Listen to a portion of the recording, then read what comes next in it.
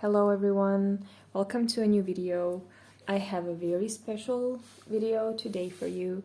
I got a package from Serial Nana with a bunch of yummy stuff, and I'm going to be swatching some inks that she sent me samples of. But first I'm going to show you some nice paper yummy goodies she sent me. So she sent me a bunch of stickers. I've used up one already. I really like this typewriter. She said that she went through my videos to see what type of stuff I like, which I think you managed so well, and again, thank you so much. I did try to film this video once before, but because of the light and I'm back in Sweden, I had to refilm it. So yeah, if I didn't say it before, then thank you for the first time, but thank you really very much, because it's all very thoughtful and yeah, just really moving actually. And she sent me these labels, which I also think speak to the fact that she really did try to guess what I would like and managed very well. I also like this botanical sample here, and these, I think, washi strips are really beautiful. And then I'm definitely going to be using this florals from Sticky Club in my Hobonichi weeks, and these beautiful papers. I don't know if this is a wallpaper, but it's also got a texture to it that's very interesting, and this looks a little bit like a homemade paper maybe, with beautiful foliage, I think, or just a silver shine, and yeah, just a beautiful pattern. So thank you very much. I really love everything you sent. Honestly, I really like this one too. This little lady with an interesting mushroom-looking hat. It's really nice. And then we can go to swatching and get to it. So I'm doing this type of video for the first time. I did swatch to one or two of my inks before, but nothing this ambitious, because she sent me a lot of ink samples, many bottles. So there's two Diamines and one that I'm going to be struggling pronouncing, I think Waringel, and then 3 of these Rohrer and Klinger samples, and 1 Noodlers and 1 Pannonia. So altogether 8 samples, and that's a lot. So let's just get to it and start swatching. And then the sun is changing, so I apologize if the light is changing as well, because I am back in Sweden, and yeah, the sunlight is not that gracious here, not that generous at all times. But yeah, it's actually a fairly nice day, so we had sun today, so yeah, I'm hoping this is going to do for a video. So I'm swatching Diamine Ochre, and I have already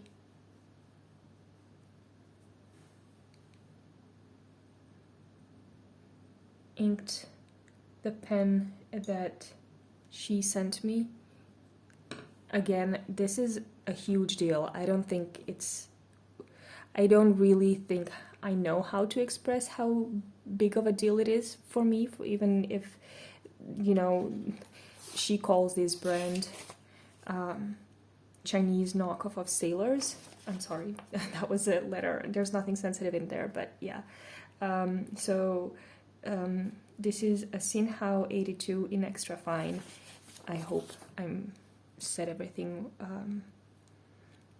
well, and I mean, I really love it. I also am really stunned by the fact that she went through my videos to figure out that I like extra fine nibs, that I don't have an extra fine nib at the moment, that I've tried a Kaweco one that I was really taken aback with, and then decided to share one with me. I'm definitely keeping it. I've been writing with it. I did a spread for my Hobonichi weeks for next week with this pen, inked with Diamine ochre, and this is another sticker from her package. So I'm definitely really, really grateful. And I'm gonna write down that this is... So this is so not fair, because this pen is not skipping. It did not skip a single time until now. And now it decided, yeah, you're making a video.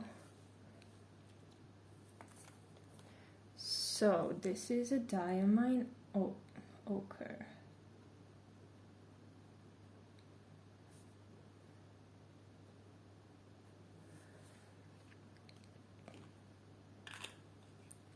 And I've already swatched it. This is, I believe, Tomoe River paper.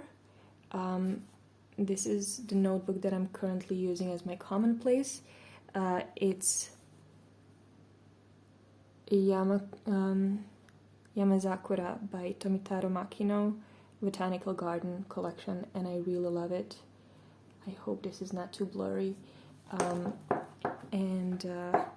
Sorry. Okay. And yeah, this is very brown on this paper. It is a brown shade, right? I kind of thought it would be similar to Ancient Copper because I inked this pen and wrote with it. And the way that it wrote in my Hobonichi looked fairly similar to Diamine ochre. But you can see here, because I swatched Ancient Copper to Diamine ochre, that they're really nothing alike. Diamine Ancient Copper has a lot more red in it and a lot more orange, and Diamine ochre is just a full-on brown. But then, of course, I did the chromatography strip that she also sent me in the package. So she sent me a bunch. Yeah, and I tried using them. This is the first time I'm doing it, so, you know, that's what it turned out like. That's how it turned out. There's a lot of orange, of course, in brown as well, in Diamine ochre. So, yeah, that's Diamine ochre swatched. Then let's continue with diamines. This is Brandy Snap.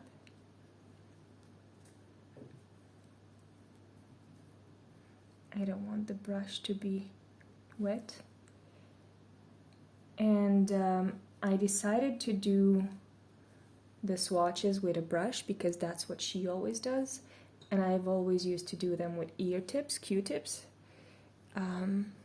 So I always thought it was curious and actually like a very natural idea, but it never occurred to me to swatch with brushes, so I thought this would be a good opportunity to try that technique, given that yeah, I'm making a video swatching samples that she sent me. So this is Diamine Brandy Snap.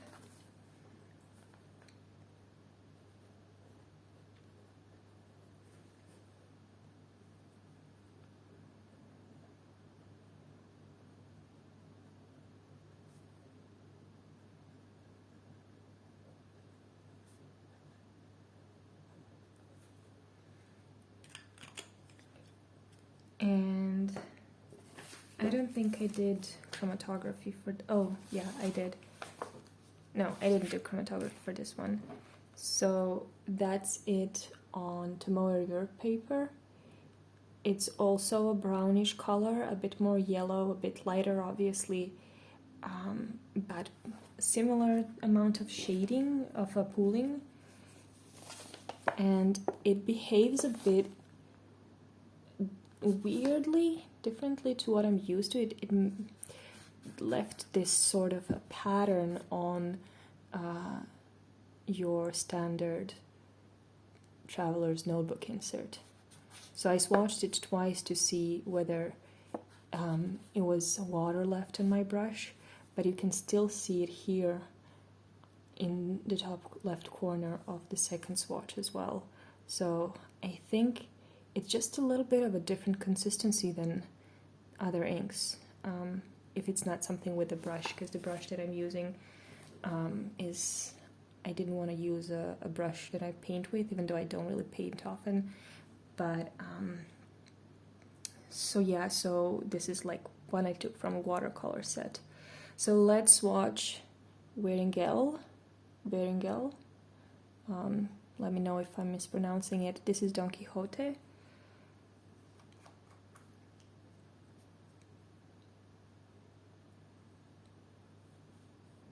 And this one is very light, less pigmented.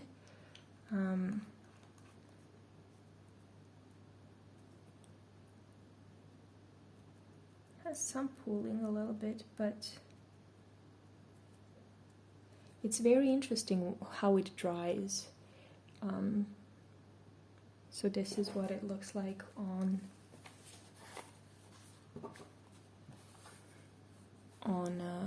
Traveler's Notebook paper, and it does kind of dry darker than when you first swatch it. And it has, this is the chromatography strip that I did. I had a very thick line with it because I also tried first making it with a brush, so it's a little bit maybe yeah, it's just a thicker line, so it looks a bit different on a strip, but I found it interesting how it has let's see, yeah, so it has like a lot of purples and a little dash of like pinkish, maybe apricot color, I don't know, and then a yellow on top, and that's the difference between these two papers. So yeah, that one is also very interesting. I wonder really what it will look like when I ink a pen up with it,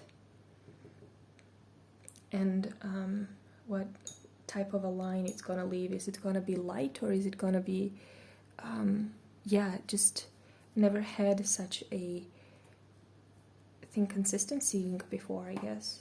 So that's very interesting for me. Just gonna put a clip on top of this paper as well, so it doesn't keep closing on top of this notebook. Okay, we can continue with set of these three. No, let's go first, because we're sort of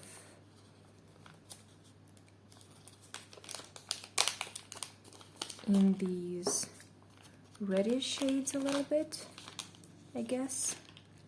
So let's continue with Pannonia Draculea, which I really, really like this color.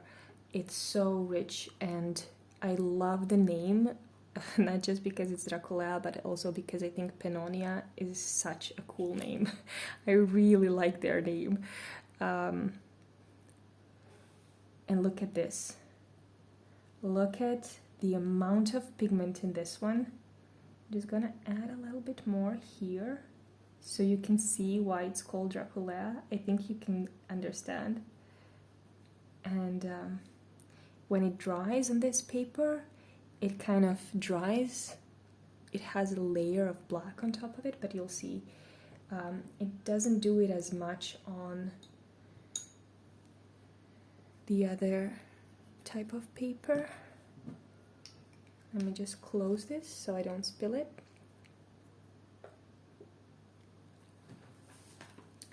So this is what it looks like after it dries on Traveler's Notebook. It looks a bit darker and a little bit more maybe burgundy, but here, I wonder if you're gonna see it now, but it has like a little black layer on top of it, and it's very blood-like. It's like clots, and I love it. So let's just jot down what these two are before I forget. So this is Pannonia. Is it one or two? Two ones.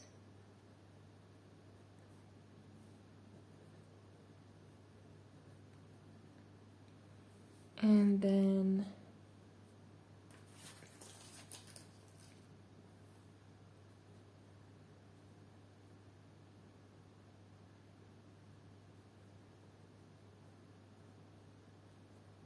Don Quixote.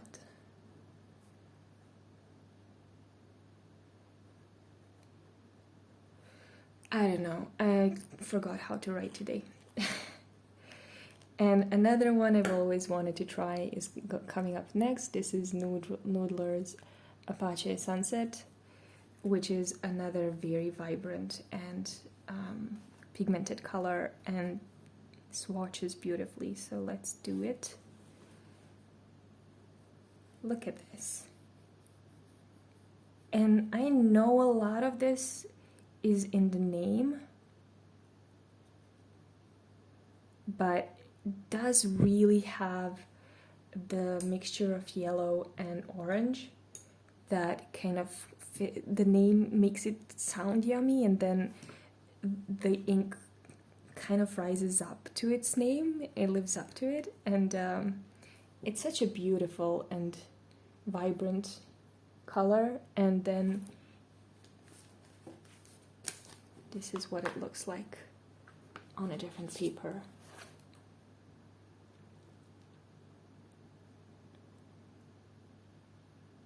I tried filming with a lamp, but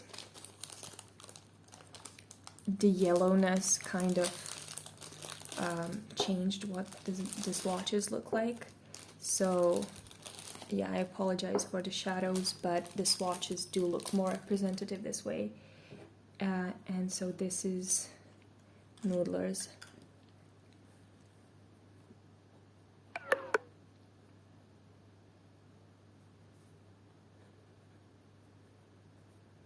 Apache Sunset. And my battery is saying that we're short on time. So let's just swatch the last three samples, and I'm gonna only attempt to pronounce this once. It's Rohrer and Klinger, Helianthus.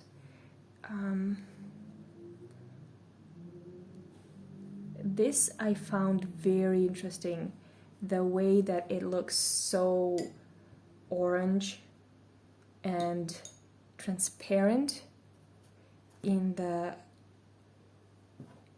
vial, in the little sample bottle, but then on the swatches on a paper, it's a vibrant yellow color.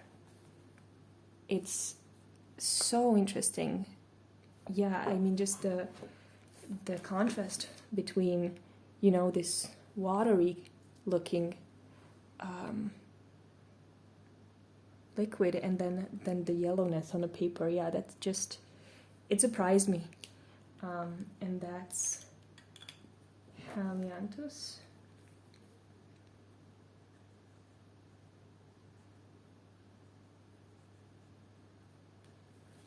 And I'm not gonna write the brand name 3 times, so I'm faster.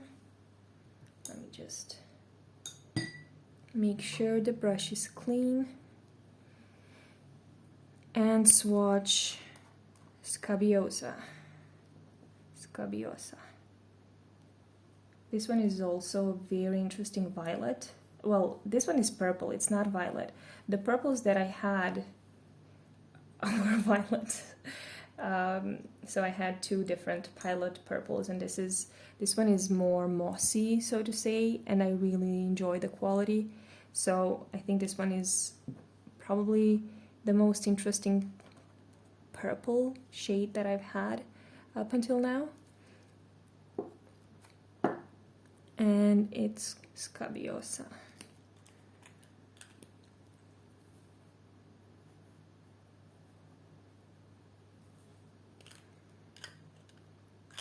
On Tomoe River versus,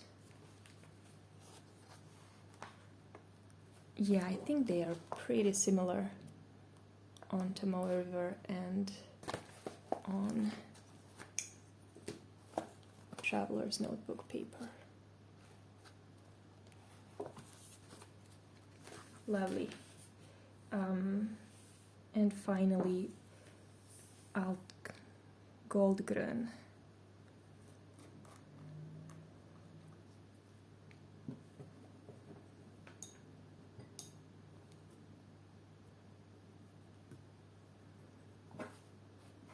Dry out the brush a little bit more. And this is a beautiful green. I really am looking forward to seeing this one in a pen. I think this will be the next ink I use when I have to re-ink one of my pens. I actually do, I don't have anything in my Kaweco, which is first. It's never happened, or if it did, it didn't happen in a long time, that I did not ink my Kaweco, so that's how much I like this pen. So I'm probably gonna, when I'm re-inking them, I'm gonna use this ink, and that's out. Is that one? That's 1L. Out.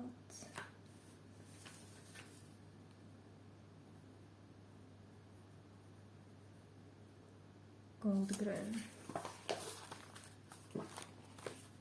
There is maybe a little bit of a difference, but I don't think you can see it much on camera. Maybe comes across a tad, a little bit darker on Tomoe River paper, but just a beautiful yummy green. And yeah, I also swatched my avocado to show a comparison, which is a bit difficult when the shadows are so long. But yeah, the Rohrer seems to have more blue in it, and this is the chromatography strip. You can see it has a lot of pink in it, and that's not something I think of when I see this green, so that was very interesting to see. But also these vibrant yellow and blue colors, almost like a aquamarine. Yeah, blue, so just a beautiful ink. Yeah, so those are the swatches and chromatography from a new set of samples that I got, and thank you once again for sending them to me, and also thank you everyone for watching, and I'll see you in the next video. Bye!